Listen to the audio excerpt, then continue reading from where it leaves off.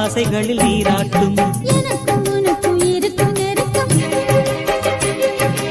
இளமை தொடங்கி முதுமை வரைக்கும் இரவும் பகலும் உறவை வளர்க்கும் இடையில் இருக்கும் தடையை தகர்க்கும்